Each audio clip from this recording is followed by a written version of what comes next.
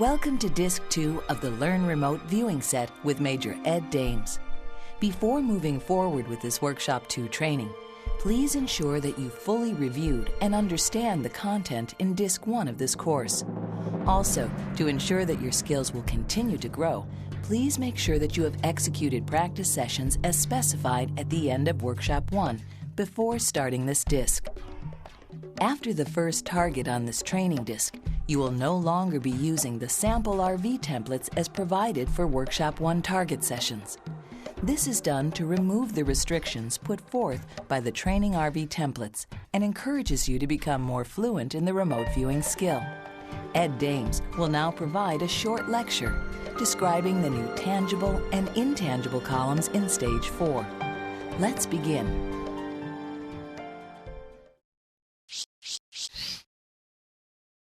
We want to wean you away from this pre-formatted stuff right here. We want to get you to be a professional as fast as possible. So you're going to have to use that flow chart today, and the only two things in front of you will be take these out, and you'll use the flow chart and the Stage 2 target descriptor word list. Those are the two things that will be in front of you today, and a bunch of bond paper that's blank. So you'll have to format your own papers. Stage 4, I'm going to introduce the T and the I columns. Tangibles, intangibles. What are tangibles? Things. Is air a tangible? Huh? Yeah. Air. It's made up of a bunch of matter. Okay? Gases. So that's a tangible. That's a tangible idea. Intangibles are usually abstract nouns or any adjectival information. So anything that you can't touch goes in the intangibles section. Anything.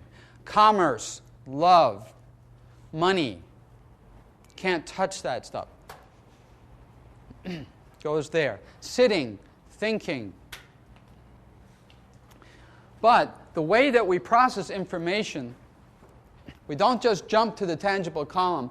I won't know this is an overhead projector by turning my attention to it until my memory goes back and does some searches. And when it searches, it first looks visually at the box and the light and the heat and the reflectivity. It searches for things that are connected with that in my own computer. Okay, yeah, that's an overhead projector.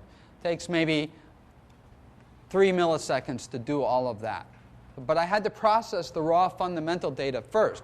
So when you're remote viewing, even though it's at a distance, the way that we process the information is still the same vis-a-vis the remote target. So in this case here, you better not say overhead projector until you say there's something here that's hot and reflective. Now, sensory information in any order, right? In Stage 4, it's hot, it's reflective, it's shiny, and then there's a pause. It's boxy, it's heavy, shiny, reflective, hot, boxy, heavy. Then there'll be a pause. That pause is a separator for a cluster of information that relates to whatever your unconscious is on at that moment. That cluster of information is usually separated by a pause. The pause is your cue to put your pen in another column. Go back to the S column, see if there's something else, or move across the columns this way. Okay? There wouldn't be AIs associated with this particular box would be maybe interested. There wouldn't be many more, or intrigued. EIs associated with the box. What would EIs be associated with this? None. It doesn't have any emotions. The target doesn't have any emotions. Okay? Tangible. Structure. Structure. It's got a right angle. It's boxy. It is a structure. That's all that you know. You may say structure, object, or thing. Okay? Now, your unconscious is locked on this object, and as long as it's there, it's going to go about, and now we'll get more information. Go back to the S column, for instance. What about the thing? Well, it's also It's also angular. Angular is not a sensory impression, it's a dimension. So go over to the D column. It's also angular. It's also tall. It's also diagonal. This is diagonal. That's how the information is processed. And then when you have more detail in your head, now you're armed with more data. Now you can say, well, it's a tool. It's like a tool. I said the word like. Like is a comparator. I don't have the exact word. I don't know exactly what this thing is, but it's like a tool. It has a function. There's another word, function. I'm editing. I better get this down on the paper. Tool is the first thing that pops into conscious awareness. I'm moving across and down the paper. T, tool. It's a tool. And it has a function. Lower on the page in the I column. Intangible idea. Function. What is the function? Well, it's like again. It's like a toy. I don't trust that. AOL, toy. Drop my pen, that's trash. Pick the pen back up. Move back to the S column, the safe zone, sensory impressions. Okay, what else about it? Well, it's shiny and glassy, and it's heavy. I already said that, but I have to say it again. That's how we proceed across the columns. Don't say device. If you say device and it's correct, then you edited out a lot of things, and that will clog up your outbox. Don't do that. Let's say that a person is at the site writing.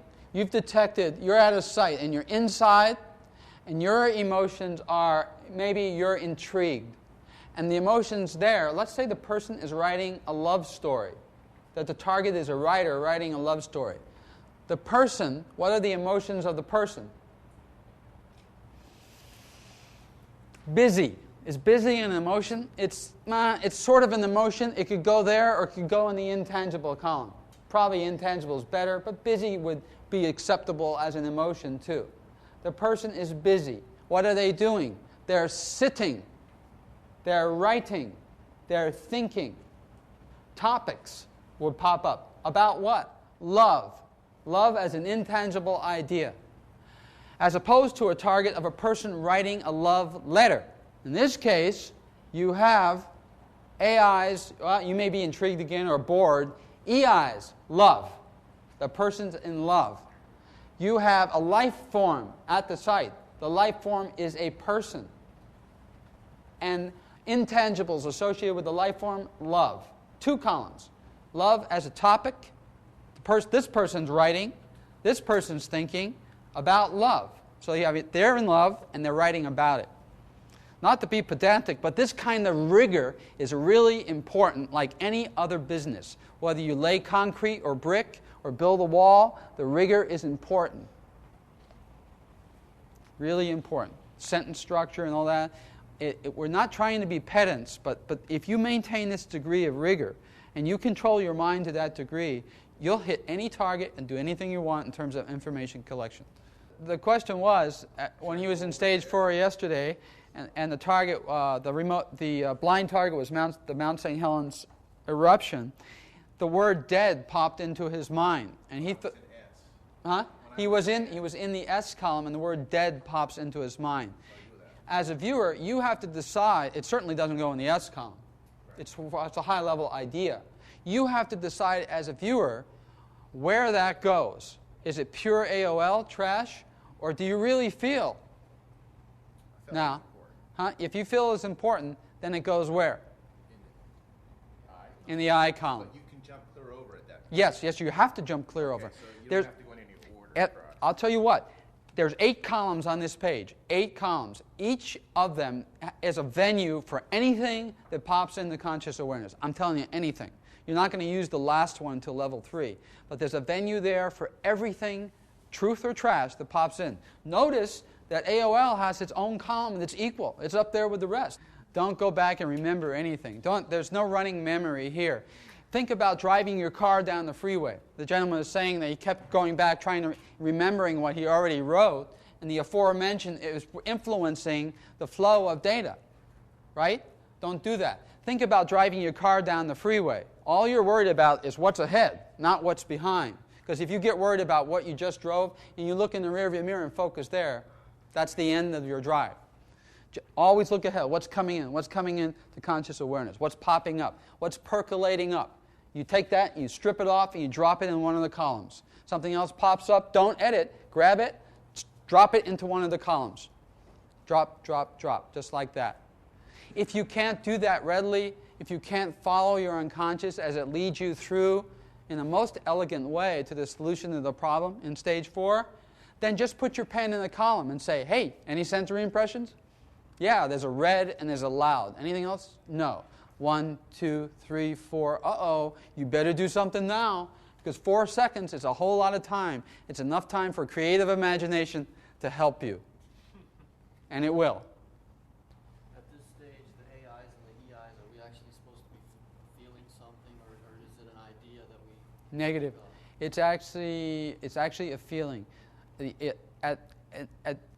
In stage 4, the aesthetic impact, the AIs and the EIs, the emotional impact, they are real emotions that you would feel if you were at that situation and the situation changed. Don't just say good. We want you to go deep inside with a dipstick, and we want you to really be in touch empathetically with the people at the site if there's people there or animals, higher level animals. We want you to say, hey, I feel feelings of bored.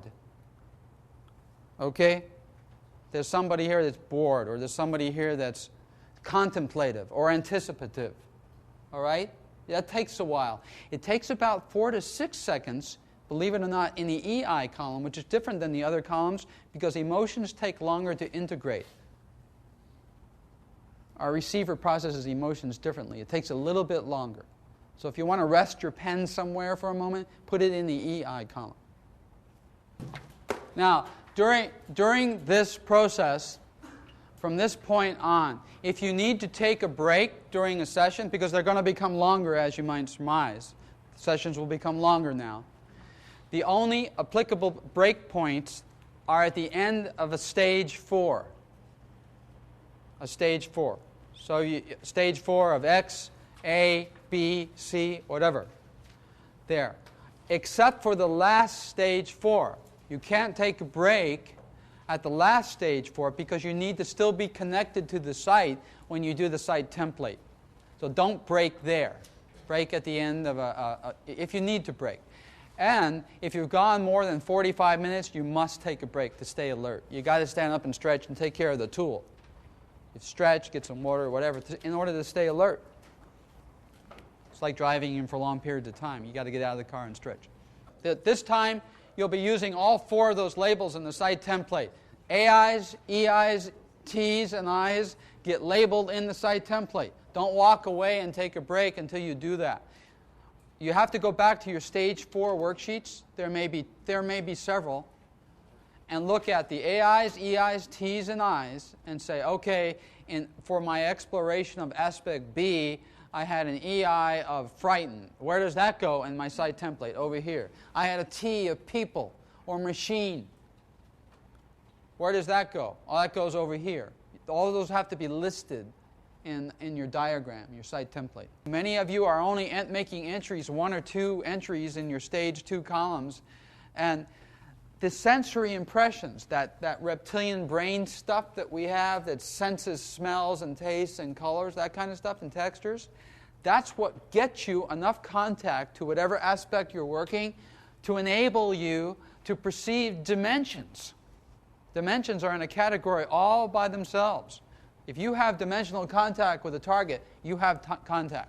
But you can't get there without using the raw sensory impressions as scaffolding to pull yourself in to get dimensions, okay? So if you're weak in those sensory columns, or if you just give short shrift to it, you won't be rich in dimensions. If you're not rich in dimensions, you'll fail to produce a really good analytical sketch, which requires you to sketch each one of those dimension words to render it in line form. No artistic license or creative license is allowed in that process. And if your analytical sketches are not good, you won't be able to analyze this diagram correctly. The analytical sketches are critical to the creation of a site template. That's where my emphasis is going to be today, predominantly on your analytical sketches. Not so much on your labels, but on your analytical sketches. They have to be right. And you can't have any artistic license. If you have the word rectangular in one of your stage 2s, let's say stage 2 of aspect A, you better draw a rectangle somewhere in your analytical sketch. If you have spinning as a motion and fast, that's got to be in there in line form in your analytical sketch. And you have to decide, if you've got both words, spinning and rectangular, how those are juxtaposed, how they relate one to another in your sketch. Only the viewer can do that, because you're there. I'm going to pull these sheets from a lot of you now when you're in stage 4. You're using these stage 2 target descriptor word lists in your stage 4s. Don't do that. Stage 4, you have, by virtue of having worked so hard to get to stage 4, you now have increasingly greater contact with the target or the aspect at the site. You've got a lot of contact with it. You want the information to be spontaneous. Think of stage 1, 2, and 3 as getting your bird dog, transporting it from its doghouse into the truck to the marshlands. Okay? That's stage 1, 2, and 3. You've got to let the dog off the leash now and go out and sniff out its quarry. That's its job. And you have to follow it. This is stage 4. So we don't want to use stage 2 stuff in stage 4. The words that you get when you put your pen in each one of these columns in stage 4 should be spontaneous as possible. So we want to begin to wean ourselves away here at level 2 off of this checklist here. We want to do that. Kind of take the training wheels off. You do want to use the flow chart, though. The flow chart is going to be vital to your next session, because your next session is all blank pieces of paper.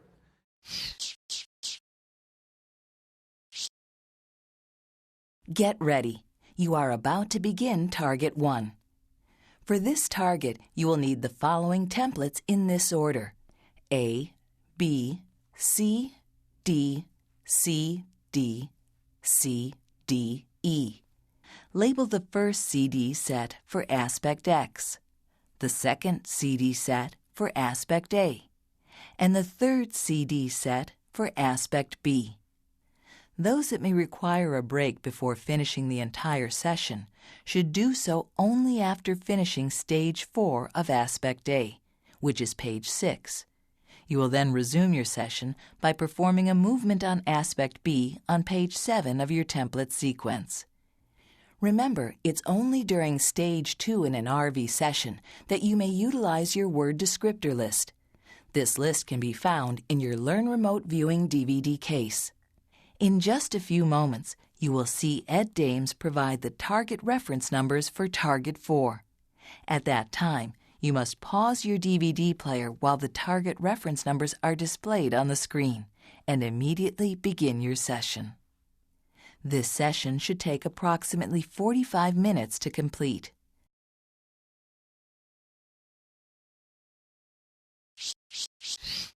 So X, A, and B on this one, and then a site template. Here we go. Target reference numbers: 15990741.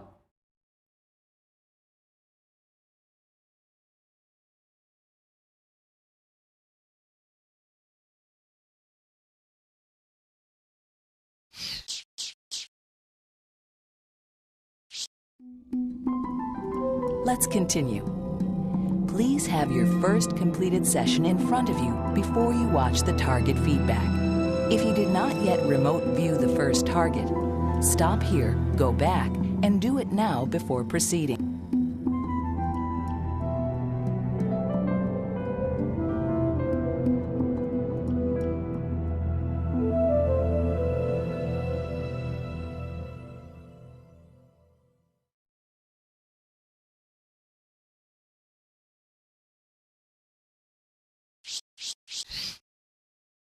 The site template is the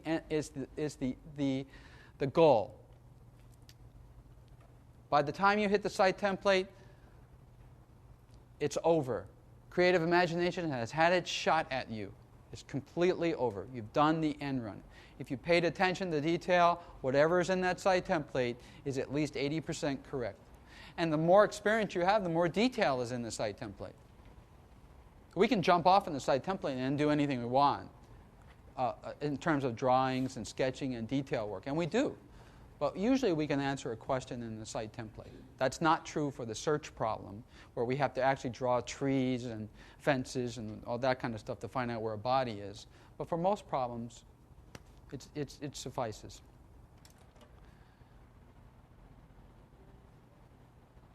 You guys can walk up. This is a ceremony in the Hajj. This is Jamarat. Jamarat is the stoning of the devil. You see that pillar in the center there? The pillar is in a crater, a concave pit. These are thousands of people throwing rocks at it.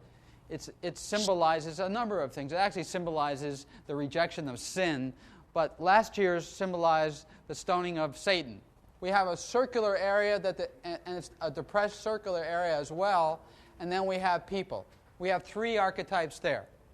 The life forms, the structure, and that circles are always, as Carl Jung knew, a circle is the most powerful of the unconscious symbols, a circle. That's a hard target. I don't expect everybody to get it. I want you to get part of it so we can correct the part. Nobody's going to get this perfectly. And it's hard because... Huh? And it's hard because... It's hard because of the emotion level.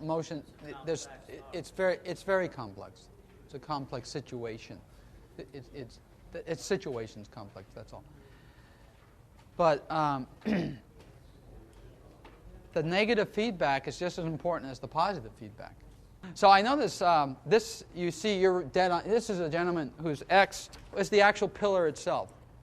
Now I did not designate an X here. I just said, look at the target, the ceremony, Hajj ceremony, that ceremony. So you're free to pick out X. This gentleman chose the center of attraction, which is the pillar itself, which probably most of you did. This is not an easy target. Lots going on. I hope that most of you picked up the idea that there's lots of people there. In terms of circles, if you've got little circles, we need to see some circles. Circles are symbolic of people. His question was, and he did a really good job on his freehand sketch, a perfect job. Perfect meaning a professional can't do any better than that. There's only three archetypes there. He captured them. But his question was, if his X was the pillar itself, in hindsight now, seeing that it's a pillar, he knows he had a structure, what would his EIs be? He didn't get any EIs. He wouldn't get any EIs from a stone, right? Stone is important to the solution to the problem, but that part of the problem doesn't have any emotions, as opposed to the A and the B. I mean, to the whatever the people become, B or A. That's going to be a rich field in terms of emotions there too. Okay? Some of these words are going right to your unconscious, and it's integrated at that level. That's where a lot of the feedback is operative here. You don't know how this is going to correct itself, but it does because of the feedback and value. We're training your unconscious to do the job. We're leaning on the unconscious completely because you have no idea consciously what the target is. So unconscious has to do all the work. So it's getting all the training too, most of the training.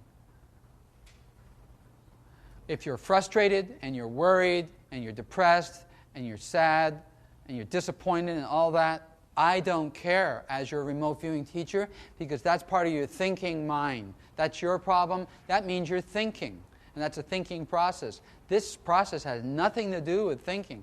It's actually your unconscious that's doing the correcting here.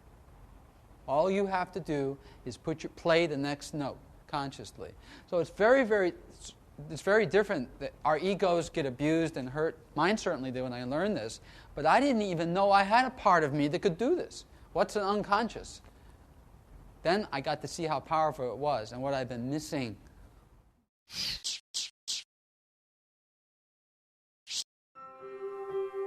At this time, take at least a 15-minute break to prepare for the second session.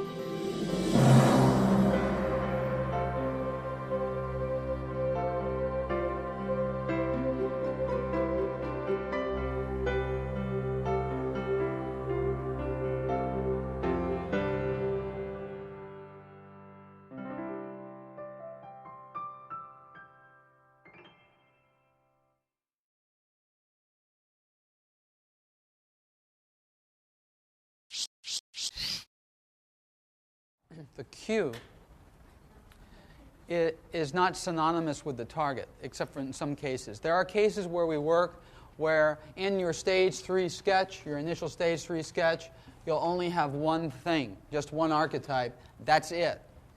And that it has to be your X. So now the target is synonymous with the site. Doesn't happen often, but there are cases where this happens. Okay? Most of the time we have contextual information A, B, C, and D.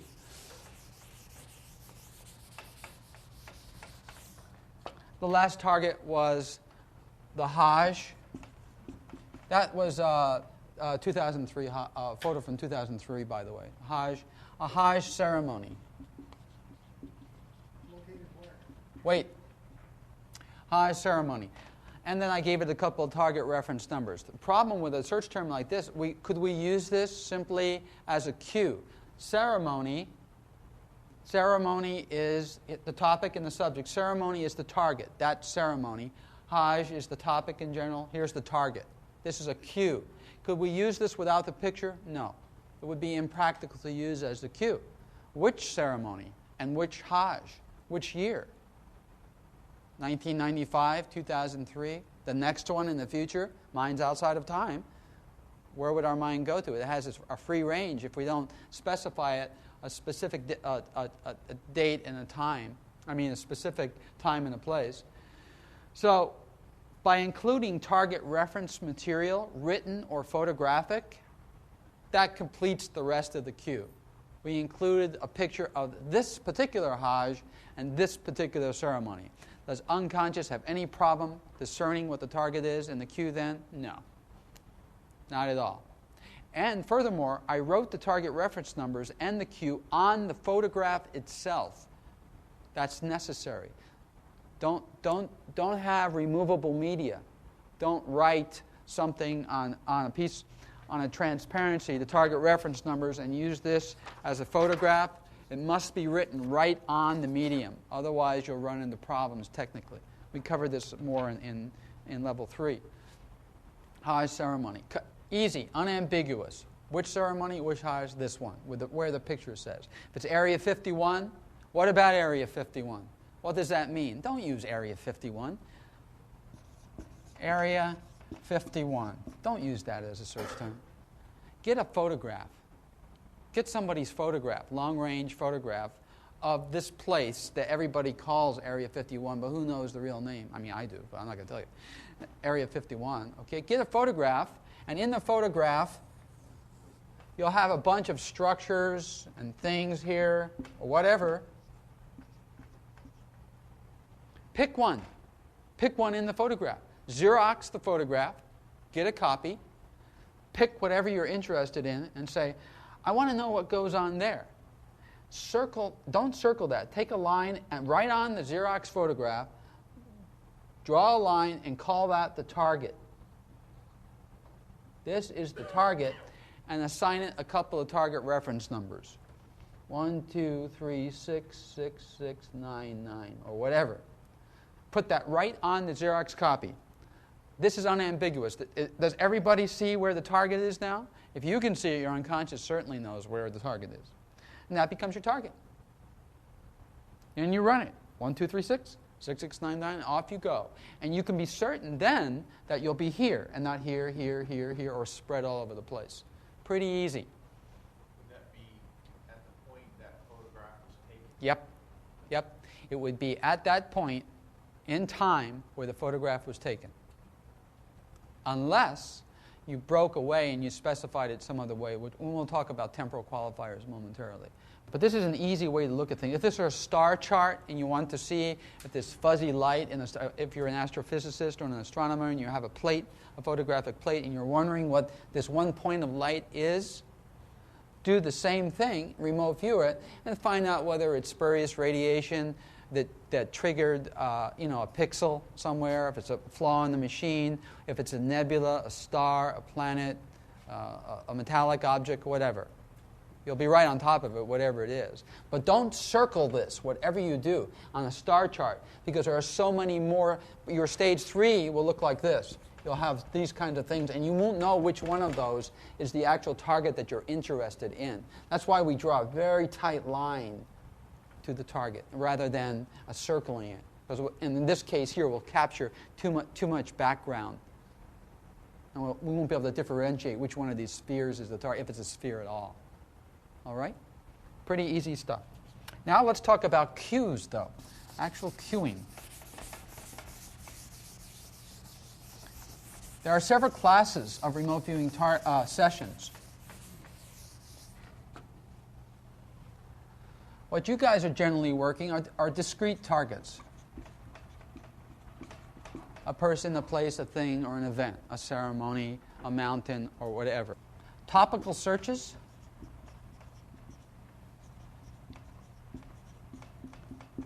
Here, we're not sure what the question is. We're not sure what the question is.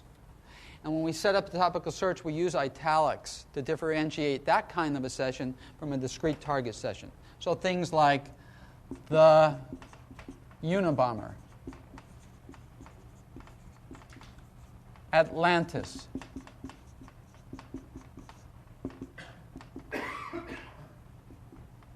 Quetzalcoatl, Malinche, whatever. We're not sure what was Atlantis. Was it simply a legend, a composite of legend, myth? Is it purely apocryphal? Was it a real place? That kind of thing. We're not really sure. The Unabomber, what's that? Somebody or a group of people associated with mailing bombs. Let's say 1,000 years from now, archaeologists dig up all kinds of written material that indicate that there was a great person named Mickey Mouse. Mickey Mouse is everywhere. They find it, references it to everywhere. 1,000 years ago, this Mickey Mouse, like Quetzalcoatl, the sun god. What was Mickey Mouse? It must have been a famous person. Okay, they're not sure. They'd set it up as a topical search and find out what's what. In that case, is that a nonsense search term in terms of remote viewing? Is it nonsense? No. Consider it as a symbol. Consider Mickey Mouse to antediluvian or post-diluvian archaeologists as a symbol. And what you would get is we run a series of remote viewing probes to see what we're dealing with. In the case of Mickey Mouse, you would probably get 6 remote viewing sessions, all in a different area. A mother reading a book, people watching a movie, people watching TV. Where's Mickey Mouse? There, ideologically, in all of those things. And then the remote viewer analyzing the work would realize they're dealing with a concept rather than a thing itself. They're dealing with a concept. Okay? We can do this with symbols as well. Very rich field in terms of epigraphy. Epigraphy is the science of lost language, the study of lost languages or ancient languages, particularly where there is no Rosetta Stone. The Rogo script, for instance, in used by the Eastern Islanders, still a bunch of phallic symbols, still undecipherable. Lots of languages like that. We could take a glyph, for instance, any type of glyph, and use it as a target and pull out all of the meanings.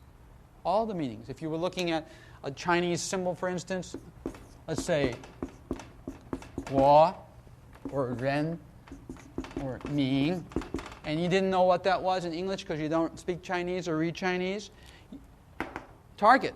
What's that? Give it a name. Remote view it. Bam. And you'll find out what it means. You'll find out what that means, and you'll find out what that means. Pretty easy. And you can do that with any script, any symbol whatsoever. And you put it in your own vernacular. Because what are you using in your as a toolbox? Your own language. Or languages, as if you're polylingual. So those are easy. Your question would be... There's no question. You hit it with a couple of target reference numbers, and unconscious dumps all the data that's related to the target, in this case a symbol, down into the columns. And if the symbol has any reality whatsoever, you'll know what as the columns fill up. Let's say Rogo script, but this is undecipherable. I keep harking back to that because I like to work it. Let's say this one particular symbol means rowing, or it means the sun and the moon. And that's what you'll sketch, the sun and the moon, and your words will be descriptive of that. These are easy targets. But cues now, the following is where we go wrong. Where where we can go wrong. Cueing. What are we interested in here? Who's interested in something? Disease or something. Okay. Somebody that's sick. What kind of disease? Breast tumor. A breast tumor. Yeah. Okay. Let's say someone you know has a breast tumor. Yeah. What about it? Well, you want to know if the person has it or not. No, you just said they do. You don't know if it has it. But You don't know if the person has a breast tumor or not. yeah. Okay? Hold on to that question for a moment. Just for a moment, because it's a really neat cue that we use in our business, and it deals with superlatives. Superlatives are really useful in our work. Superlatives can be the biggest, the optimum, the largest. Let's see, here's one, Earth. Earth, Jurassic era,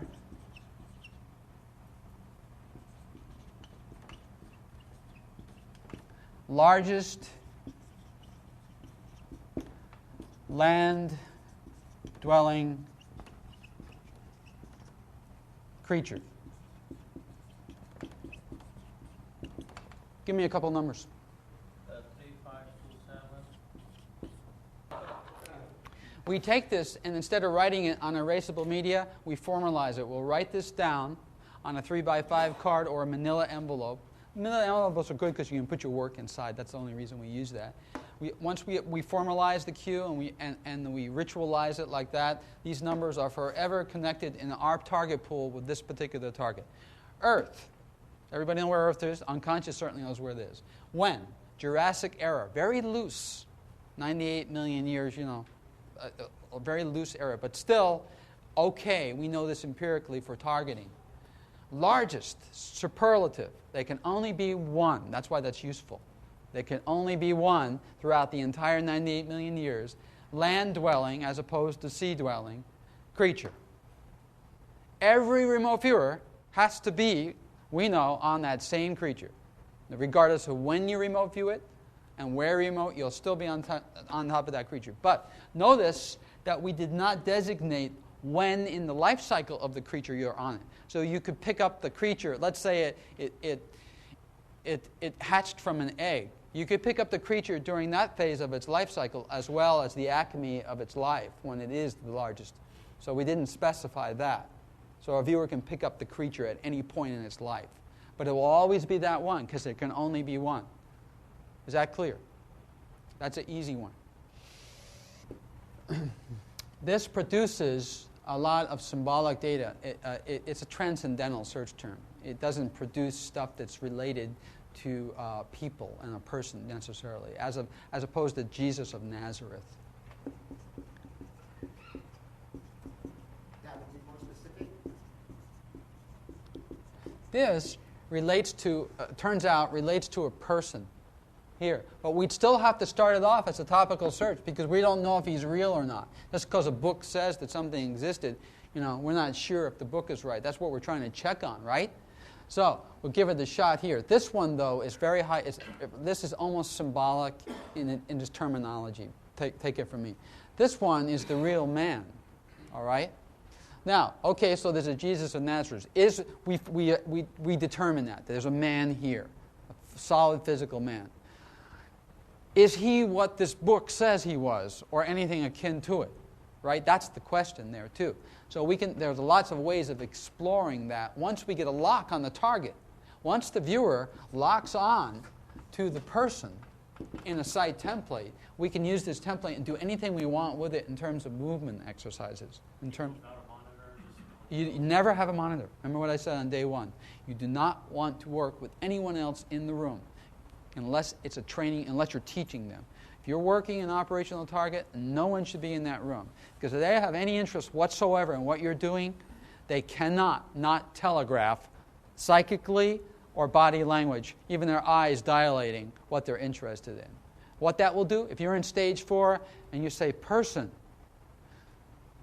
dead, famous, and whatever, and now the person that's interested, the tasker who gave you this, is all of a sudden they're chomping at the bit, right? And they're trying to maintain this poker face. But inside, you can't fool the unconscious. I mean, that's what we're doing here. The unconscious is not fooled. So they're transmitting their agenda here to you. And all of a sudden, you pick up on that, and the signal strength of that pulls you off, starts to skew you. You may become a little bit interested in this person now, more than you should be, because this person's energy is on that particular item, that they have an agenda. We call this stage 4 overlay. It occurs even if the person's not there. If I tell you, I want you to solve a problem for me, and we want to help somebody over here. I want you to determine what happened at this accident scene for me. And I give you that target, but my hidden agenda is I want to blackmail this person, and I don't tell you that. I lie to you. The energy of my lie eclipses the target data in stage 4. It overlays the agenda. What comes out is me lying to you. First, because the signal strength there is of higher value. Okay, so what's your friend's name, first name? Chris. With a K or C? Chris. Let's just slap some terms up here. Chris has MS. What about it?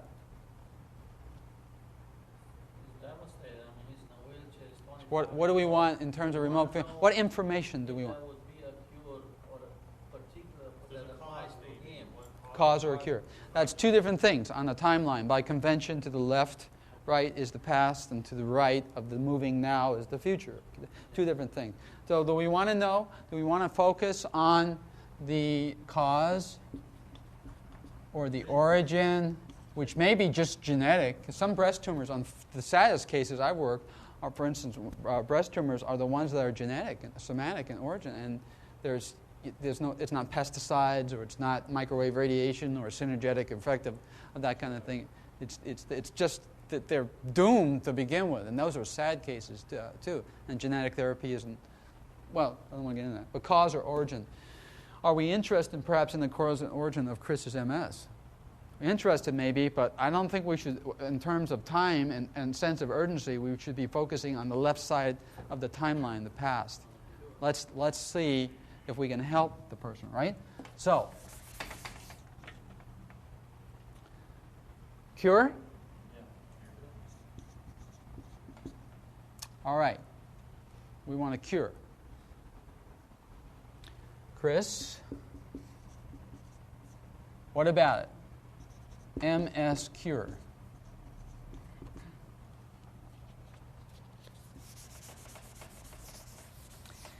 If you like at that point, would you want to put like possible behind MS cure? We'll get to that in a moment. MS cure. First of all, where are we in time? Let's say in the year 2200, if we're still alive, in the year 2200, there's an easy cure for MS. Is that going to help Chris now?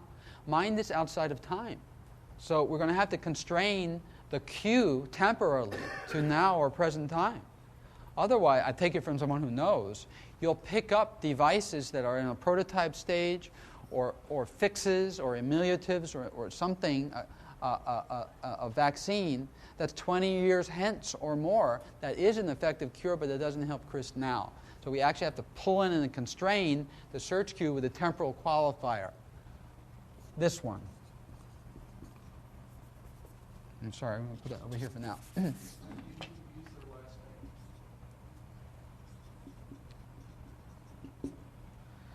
From this point on, nobody here in this room needs to use Chris's last name because there's a complete chain of custody. There's a complete chain of custody. You're all here. You know what we're talking about. His friend, he knows who his friend is. There's a complete continuity, chain of custody. We don't have to use his last name. We don't even have to use Chris as long as his friend, he only has one friend with MS. Suppose there is no cure. Suppose the cure is death. Many times, right? The cure is death. That is not going to help him either. But what's the next best thing? Treatment. Yes. So what we do is we incorporate both those things into the cue. And unconscious, our best friend will give us the best case.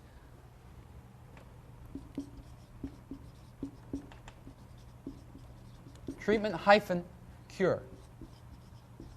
Okay?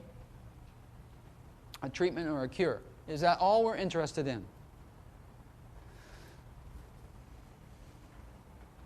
suppose the cure is in a top secret Chinese laboratory. Is that going to help, Chris? But there, unconscious gave you what you asked for. You got exactly what you want in your internet Google search. Your search engine gave you what you wanted. You got what you wanted. Huh? Yeah.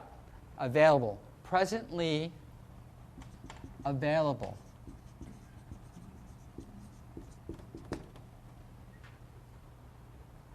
Okay? Now we're starting to cook. Chris, multiple sclerosis, the condition, presently available treatment or cure. There's still one more thing that might be wrong with this cue. Anybody know what it is? It's subtle. You may not. Good.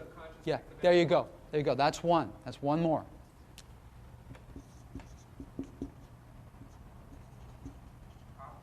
Yeah. Let me just. The superlative. Yep. Optimum presently available treatment cure. Is there anything else? It's very subtle, but it's very important. How do we know it's multiple sclerosis? How do we know? That's the problem. That's a big problem, too. Alzheimer's. What the hell is Alzheimer's? In pathology, I mean, you have a general idea what Alzheimer's is, but do we really know? Is there an agreement? There's not a general agreement. There's standards, but there's not a general agreement. What about a cancer? What about cancer? And there's different types of cancers. There's different types of leukemias and things like that. So what you're referring to is diagnosis, previous diagnosis, right? I'm saying if the diagnosis is incorrect, we really screwed up the cue. This is going to be junk out because it's not multiple. Suppose he has leukemia instead of multiple sclerosis, then we wasted a week's worth of work or 2 days' worth of work because it's junk in, junk out. Right? Instead of multiple sclerosis, just say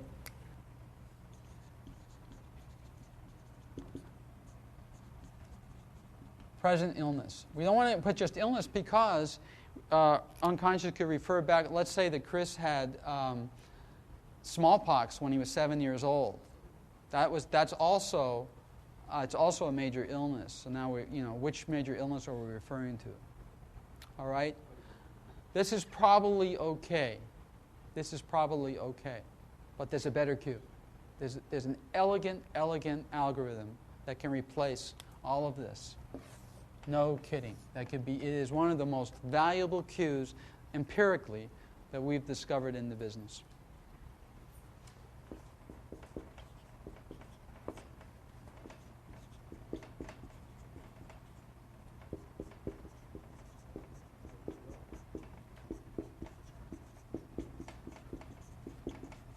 This is a catch-all. Let's say that Chris has pancreatic cancer or a brain tumor that's even worse than the multiple sclerosis and the doctors didn't catch it. Okay? This will. Chris, optimum health trajectory lets unconscious completely off the leash to go in, and in priority order, the first session will grab the worst thing first and subject it to the future. Trajectory implies, in the state-space analytical sense, movement in time. From this point, wherever you work the session, optimized for his health, whatever the condition may be. So even if you're healthy and you run this, you'll still get something that optimizes your health. It could be something small. If you have a major condition, this is going to give you something that you're looking for in terms of him. That will be very important. Is that clear? This is worth its weight in gold. No kidding. Very, very valuable to everybody. If you want a tune-up, that will tell you what to do. Optimum health trajectory. If there's something that you don't know about that's wrong with you, then that pops up first as a problem. Let's say your heart, right? Let's say your heart. There's something wrong with your heart. You'll sketch a picture, and you'll sketch in your stage 3 sketch, your first stage 3 sketch, and your idea template. You'll just have a heart, and you'll say, well, gee, what does that have to do with my optimum health trajectory? It's unconscious telling you have a problem. First, you have to recognize the problem. There's something wrong with your heart. Then, in your subsequent sessions, it'll work out what you need to do to ameliorate the condition or to correct the condition. Okay? That's what immediately. Because your unconscious is your best friend. Oh, glad you asked. Take a look at this. If there's nothing wrong with you and you're healthy, what will pop up is something that's a tonic or will improve your present health, or an exercise or a spa that you need to go to, or a particular ointment, anything that would improve your health, because that's your best friend telling you, hey, try this, do this. That's what that will do, immediate. Will this allow the mind to travel, let's say 5 years from now, when they decode the genome and find what gene is responsible for that and bring We back don't that know. information? We have no idea what's going to. We go into this with no preconceived notions at all. If you do, you've screwed up already, and you might as well abandon the session, abort the session. Because if you go in thinking you know the answer, you've screwed this up. Okay, what this will do, optimum means optimum. It is in terms of a global approach that unconscious has to the problem. It optimizes your health right now. Period. Right now. That's what it does. Whatever pops out, that's the answer right now. You run this again in another week or another 2 months, it may be the same or it may have shifted to something new. Once you do that, it's locked. Okay? You can use any set of numbers you want as long as you append this here. But if you change this and you decide that you want to look at instead of Chris, you want to look at somebody else named Mark, he's got to go, because they point to another direction, another vector space, another metric space. So does that kind of give you an idea how complex cues can be? But if you don't take the time to do this correctly, you see now how much work this remote viewing process is. Make it worth your while by taking the time to get this correct. In our business, if we have a dicey cue, if there's something that we're exploring, like for instance a new line of technology, for instance, a new area of science, the general rule of thumb is if two trained remote viewers agree upon the cue, go with it. 99% chance that it's okay. So we're constrained to the things like the following: past, future, present, now, first, temporally speaking. First is last. Will last work? Don't use last because it's ambiguous. This is the last time I'm going to do this, and that was this is the last time I'm going to see her. And the last time I saw her was two different meanings. So we use final. Final. Next, that's a big one. Next. Then we can use things like nearest, preceding, or near term or short term. Those are available to us too. But these are the ones you guys will use here. Mostly these. Now is to present as residence is to home, for instance. Now means right now. Your best friend's location, it's a dog. Your best friend's location now, once you put your pen on that paper, it freeze frames it. The rest of the session, regardless of whether it takes a day or a week or a month, it's at that snapshot in time wherever your best friend was when you started this session. As opposed to your best friend present time, that's spread out about 72 hours. Your Las Vegas or something like that. Residence is the particular spot, primary, Chandra Levy's murderer / residence. Primary residence puts you right on top of the person's condo, home, tent, or if they're a vagrant on the road, that kind of thing, as opposed to home, Washington, D.C. How do we know these? Empirically, just by experimenting over the years. That's what happens.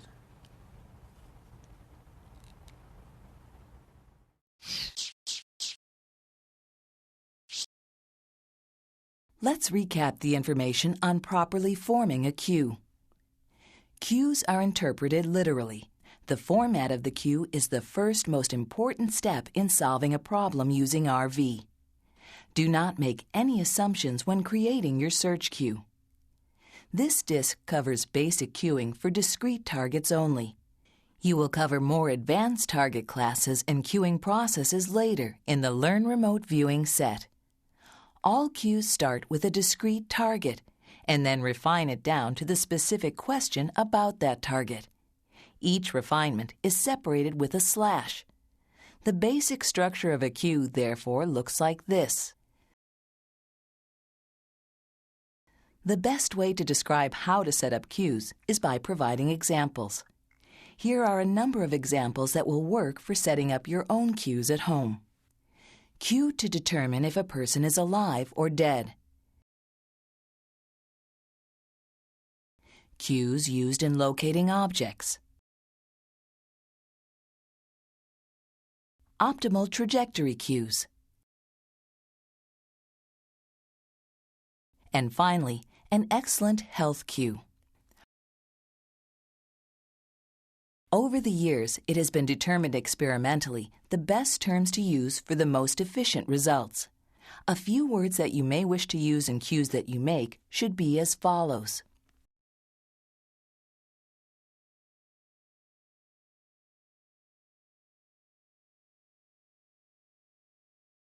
All cues are built using the basic cue structure from the gross to the detail.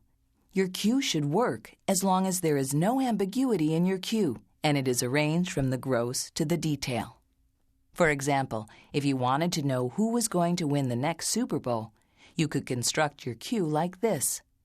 Next Super Bowl football game / winning team's hometown / most recognizable feature.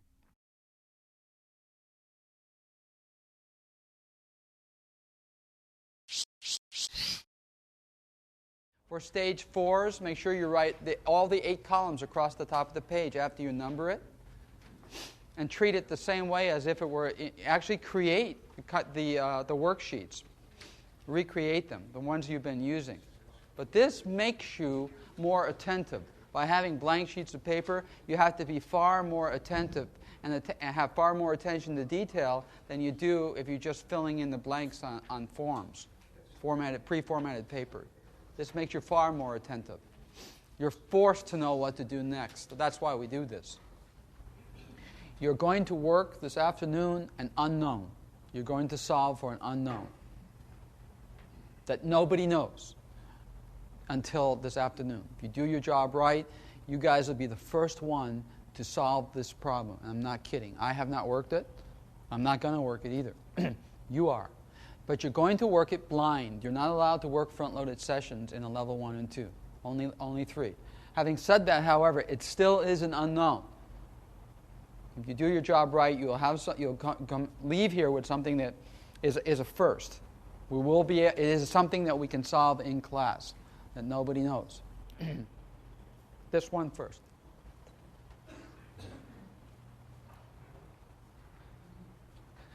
You're going to have the flow chart. This is all done on clean bond paper. So that's going to up the level of confusion. Keep your finger on the next step. What's next? What's next? What's next? What's next? Just follow those arrows on that flow chart. That's what the flow chart's for. I'll read the target reference numbers. You prepare your paper the same way that you did, name, date, and time, up in the upper right-hand corner. As soon as I read you the target reference numbers, produce an ideogram and off to town you go. That's a mistake. No, there's even a worse mistake. Yeah, he has a picture of the last feedback target on the table. His peripheral vision will pick that up, so he'll morph the Haj in with this other target that you're about to do. So, bad.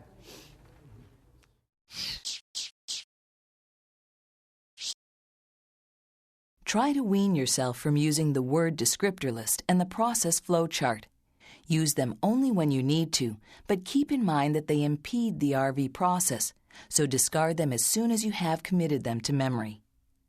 Create each necessary RV template as you move through each stage of your session.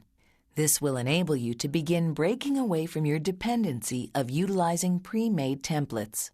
Eventually, as you become more proficient in remote viewing, you will cease to use the template outlines entirely and simply write down pure session data in the same format and structure that the templates have trained you. This target requires that you have templates A, B, 3 sets of templates C and D, along with template E. The order of your templates should be A, B, C, D, C, D, C, D, E. In just a few moments, you will see Ed Dames provide the target reference numbers for Target 4. At that time, you must pause your DVD player while the target reference numbers are displayed on the screen and immediately begin your session.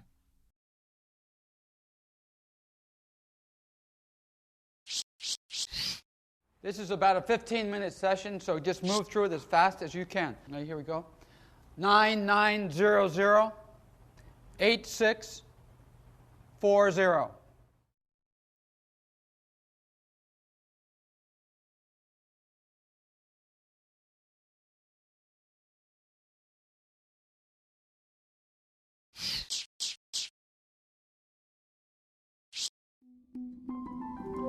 Let's continue. Please have your second completed session in front of you before you watch the target feedback.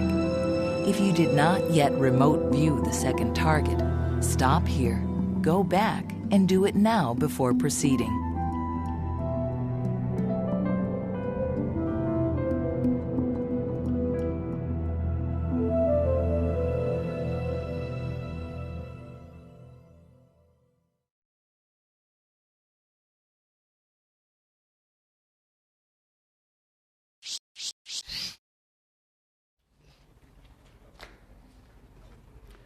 Okay, is the target, what do we got here? Person, place, thing, or an event, or a combination of the above?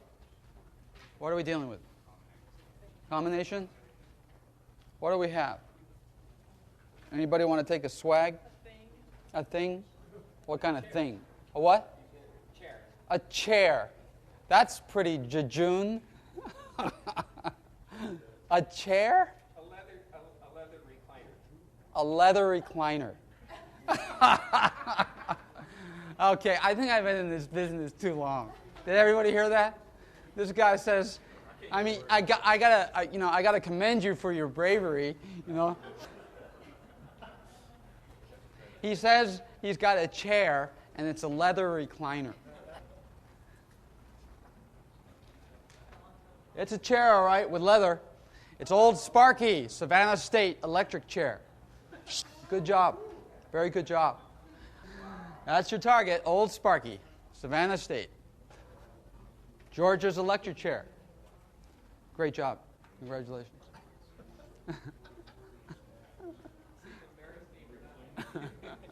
Good job. Not bad. Not bad. Bad at all. That explains why I got hot and burning. Did you? No. Okay. Why don't you stand up and go and read to us all of your session? What were your stage twos? Hot and burning. Well, now it's my first. Okay. Did you go into stage 4 at all? Yeah, but I left the hot and burning and prickly part out. Hot, burning, and prickly. Those might be concepts associated with that.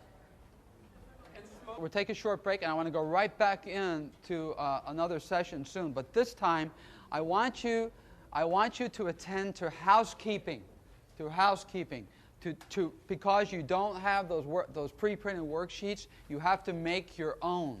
And this time, I would like for you to attend to that. That's the goal of the next session, is to make sure that you've ordered your pages correctly. That's what you're going to be doing subsequent to this workshop.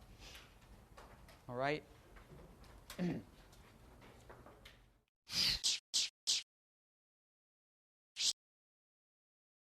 Because of the added complexity of not utilizing pre-made templates, we're going to execute another target without adding additional steps, so you may have another opportunity to become more familiar using blank paper. Proceed through the session, indicating aspects X, A, and B. Finish your session by producing a site template. Prepare to pause your DVD player, as Ed Dames is about to provide the session target reference numbers. This target should not take more than 45 minutes.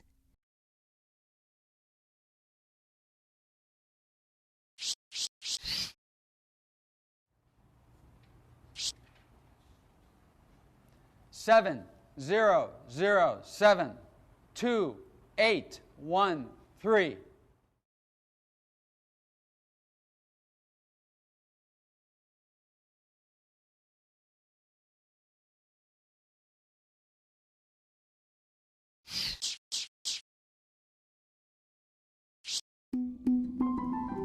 Let's continue. Please have your third completed session in front of you before you watch the target feedback. If you did not yet remote view the third target, stop here, go back, and do it now before proceeding.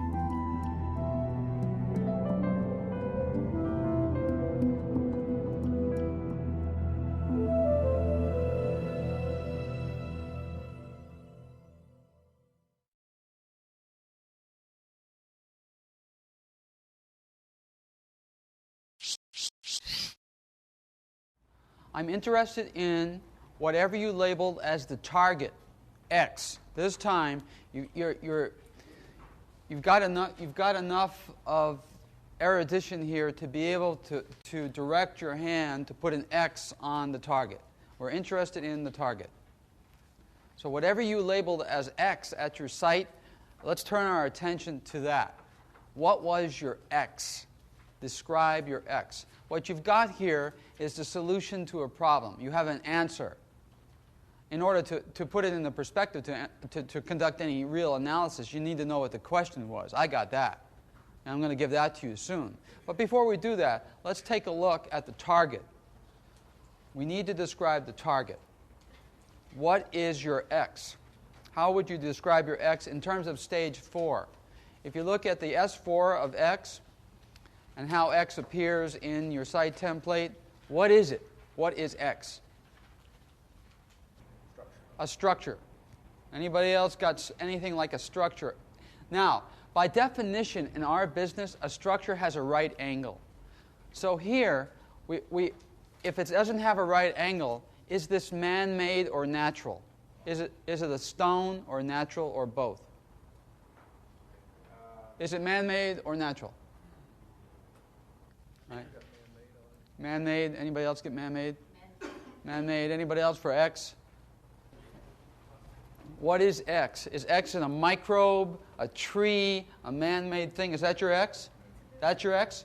Okay, describe that for me. What is that? In stage 4. Dense. It's what? Dense. No, okay, it's dense. What? It's round. It's dense. It's round. Is it round or is it spherical? Or both? Round. Okay, what else is it? Is it a thing? Is it man-made or natural? Man-made. Well, It's not a diatom? no. Okay, so I'm holding his feet to the fire on this. This is what you asked me for yesterday. How will he know whether something is AOL or not? He's telling me. I'm putting him on the spot. I'm saying, is that man-made or natural? He's saying, it's man-made. So somewhere between yesterday and today, he was able to fine-tune his antenna and say, I know now when this is AOL and when it's not. It just takes training. That's all. What do you have for X? That's your X? Okay.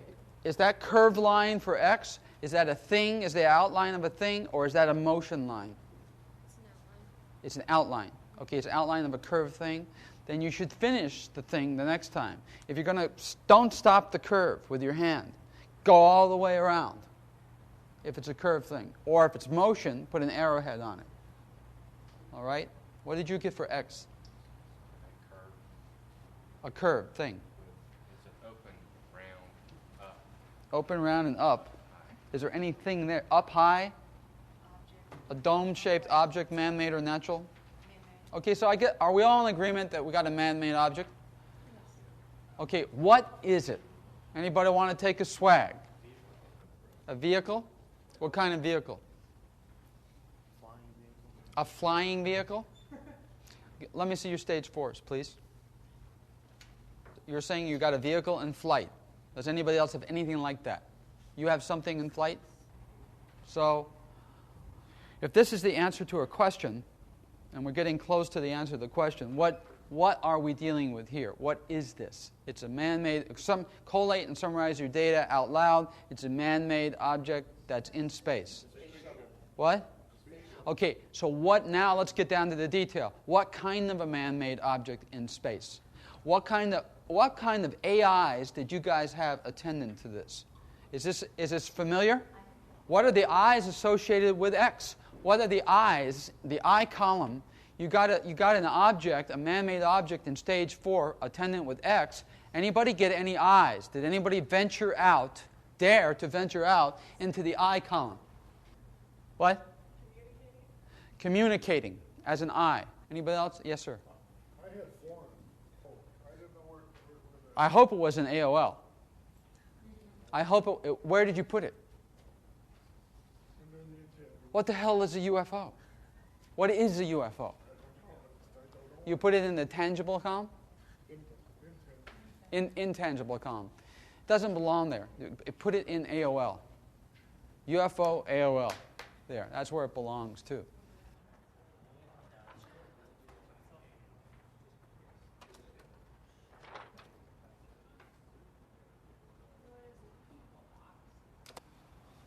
BBC News. UFO streaks through Martian sky. The U.S. Spirit rover on Mars has seen a UFO streak across the red planet sky. Astronomers say it could be the first meteor seen from the surface of another world or redundant orbiting spacecraft sent to Mars 30 years ago. We may never know, but we're still looking for clues, said Dr. Mark Lemon from Texas A&M University. Whatever it was, Spirit was lucky to catch sight of the UFO, as the rover's main mission is to look downward to study rocks and soil on the planet. Only occasionally does it raise its sights toward the sky to study the atmosphere of Mars. But it was on just such an occasion when Spirit was observing the sky with the green filter of its panoramic camera that the roving geologist came across the surprise, a streak across the peach-colored Martian heavens. Mission controllers say the streak was probably the brightest object in the sky at the time. If the UFO was not a shooting star, then it could have been one of 7 out-of-commission spacecraft that still orbit Mars. From the object's motion, scientists do not think it was Russian probes Mars 2, Mars 3, Mars 5, or Phobos 2, or the American probes Mariner 9 or Viking 1. That leaves Viking 2, which has a polar orbit that would fit with the north-south orientation of the streak. In addition, only Viking 1 and 2 are in orbits that could produce the type of motion as fast as that seen by Spirit. Is this an alien object? Do we know for sure? No, but we could find out. Let's say it's not. Let's say it's a man-made object from Earth. All right? Look at some of your sketches. Some people AOL'd aircraft, and others actually drew appendages like the old Sputnik stuff with solar panels, those kinds of things.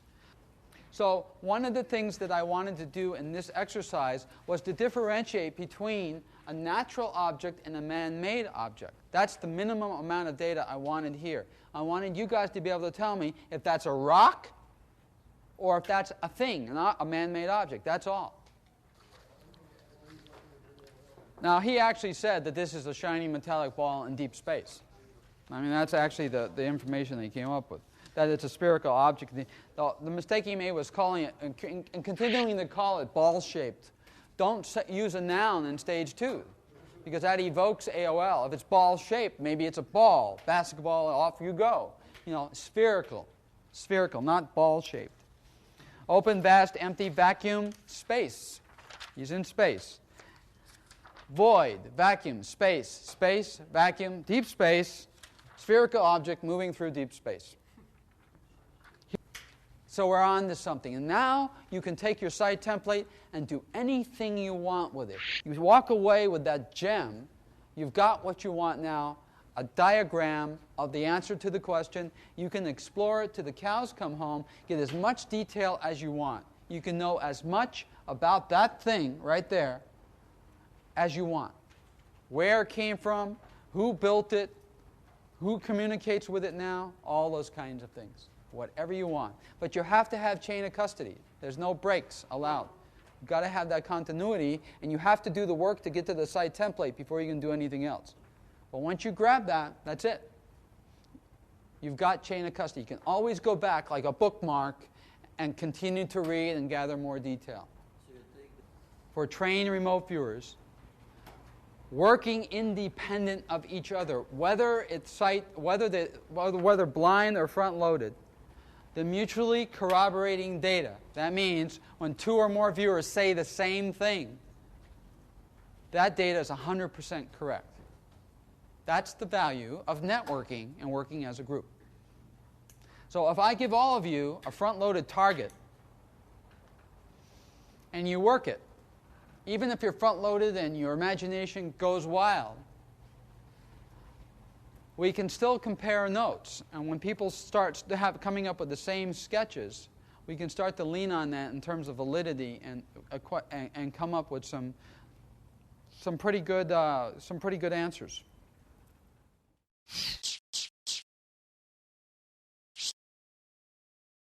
Congratulations! You have completed Workshop 2.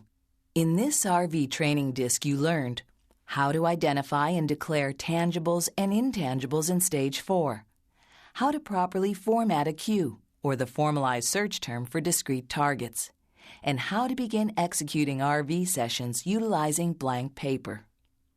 On Disc 3 of this course, you will learn to remote view front-loaded targets. Ed will cover a new range of targets and problem sets to further concrete your RV ability. You will also RV a near-future event right along with the class. Before proceeding to the third disc in this training set, practice what you have learned thus far. Set up your own cues and perform at least one complete remote viewing session, including the completion of a site template every other day for at least 1 week.